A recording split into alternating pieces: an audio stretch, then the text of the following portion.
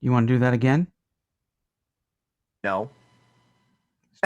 The Misfits and singing. It's a song and it involves something that goes along the lines of "pew." That's part of the song there. You Yeah. No, that's a song we're not going to duet on, really. know. I don't know. After we're done with this, I might be in the mood for a Starland vocal band song by song podcast. One song. Um, as far as I I know, know they've done an entire album, don't they? probably, but I only know two songs. The one that everybody knows, and they did a version of the 12 Days of Christmas, which I think is probably the best version of that song if you're going to do it straight. They only do 2 days. On the first day of Christmas, my true love gave to me, blah, blah, blah. On the second day of Christmas, my true love gave to me, blah, blah, blah, blah. Piano end. That's it. That's really all you need for. Okay. They were from Australia or New Zealand, I believe. I can't I don't. remember which one. I don't know where they were from. I know they had a TV show in 1976, and David Letterman played like a newscaster on it. So Okay. yeah, back when he was looking for work.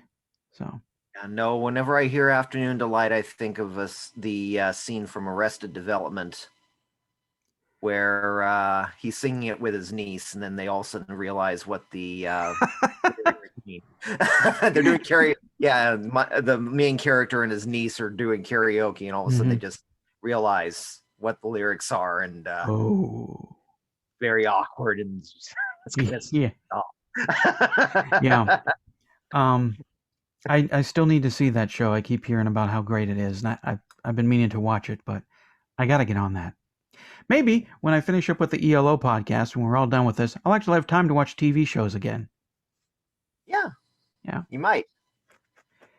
That way you can catch up on Two and a Half Men and How I Met Your Mother and Friends and all those wonderful. Oh, and Big Bang Theory, all those wonderful shows with humor. You need to stop talking. I watched, and if you're wondering when we get to the comments or why we're dragging this out, we only got two. So I just say I tried to watch The Big Bang Theory 1.5 times. Because all my smarty, nerdy science geek friends like me, oh, it's hilarious. You'll get all the jokes and it's great. Yeah, oh my God, you got to watch it. You'll love it. And I watched it. I watched one episode and it's like, I've seen this story before 100,000 times on other different sitcoms. It wasn't funny then. It's tiresome now. I get it. And then there was one time while I was cleaning and I couldn't get to I had to get this cleaning done. I couldn't take a break off and go turn the TV off. And it started up after whatever show I was watching. And the storyline was that one of the nerds and the nerd's girlfriend, they were bickering on their way to some sort of dinner while their friends were in the back seat, and the back seat people were uncomfortable, and the dating couple were bickering about same old bickering stuff I've heard on 100,000 other sitcoms. So, no. So basically, it was an episode of Friends. Yes, and Friends was basically an episode of take your pick Uh, of yeah, anything. I know that. Yeah, a lot of people would. I've gone around and around with some people basically on Friends isn't funny. Well, There's nothing amusing, entertaining whatsoever about a bunch of people who would never be able to afford that apartment in the first place, mm, even in the 1990s. yeah. Oh, yeah. Yeah, it'd be all five of them in a closet. Yeah. Yeah. Might be more amusing. Five go in, only one comes out alive. Yeah. Hey, I'd watch that one. Yeah. Um, yeah, Friends. I was told this is aimed right at me because I was in my mid 20s when it came out. This is your show. This is for you guys. And I watched the first couple of episodes and I'm kind of like, everybody here has had dates, girlfriends, sex. This does not speak to me since I have not had girlfriends or I'm in my mid-20s and I still haven't had sex yet. And Yeah, then it was and just, either, so yeah. And you did have sex and girlfriends in the past, at least one or two by that Mhm. point. Um, and then everybody was talking about the Friends, and it was all over the place, and TV and radio and music, and people just talking, and I got so sick of the Friends. And by the time I finally did find a girlfriend and somebody wanted to have sex with me, I was so sick of the Friends that I didn't watch. I couldn't stand it. And when they showed the last episode, I thought, sure, why not? I'll watch it. I saw the first one. I didn't see much of the ones in the middle. I'll watch the last one, kind of like a bookend. And I still didn't like it. Yeah, no, I've seen a few episodes just because the TV was on someplace, and Yeah, I didn't hear one thing that was funny. Same with Two and a Half Men. Same with How I Met Your Mother. None of them I found humorous whatsoever. yeah, Uh, the thing is, Friends was aimed towards Generation X, yeah. and it just basically, I mean, I know some people liked it, but so 90210 was also aimed at Generation X. Another show I hated because everybody was having sex and I'm not. No, well, it's I just didn't like it Well, because there's also it didn't have any. I guess some people just like the soap opera aspects of it. Some people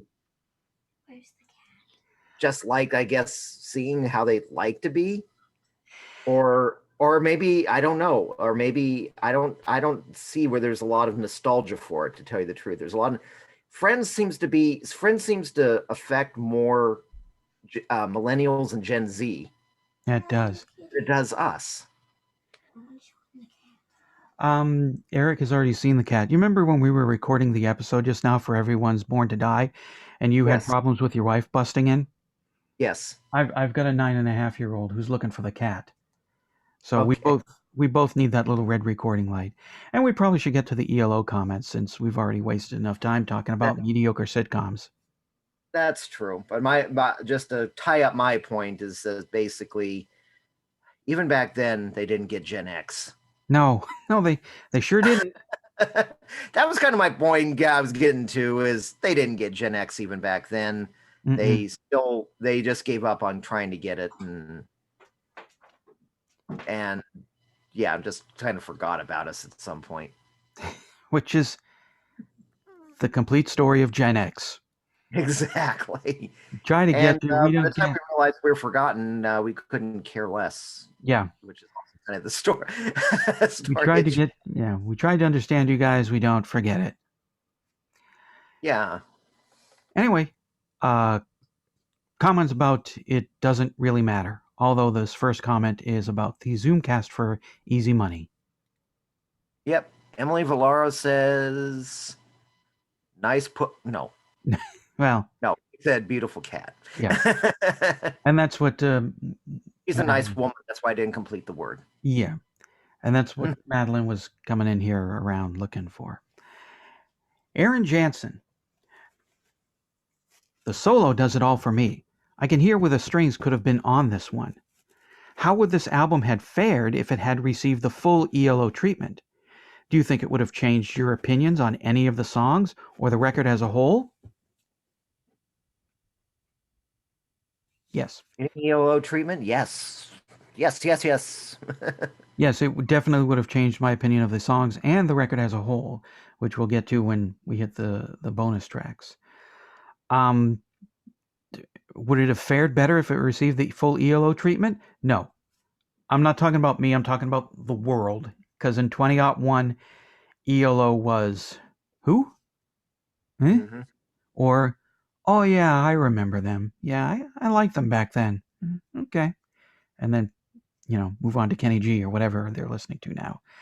So I don't think ELO was going to have any success no matter what they do in 2001 because just that kind of stuff wasn't making the rounds on MTV and the top 40 radio or the big, the Hot 100 pop charts. It was mostly boy bands, hip hop, Kmart punk still hanging on from the 90s and the kind of light, fluffy, airy kind of Dido and Sarah McLachlan kind of stuff. So whatever E.L.O. Jeff Lynne did, even if it sounded as big hitting as "Don't Bring Me Down" or "Living Thing" or "Turn to Stone," I don't think it would have done a thing as far as the charts or much airplay in 2001. No, not at all. Nope. What ELO needed to do was a new metal album. All right, I think You, we've you know where wasted. we have where we have the metal band that has the turntable. Yeah, I Yeah, don't think we need to. Electric Lincoln Park. No, no, no. Okay. All right. I think we've done enough here. I think we're. What is? I think we're done here. I think we're done here. All right. I think we're done here.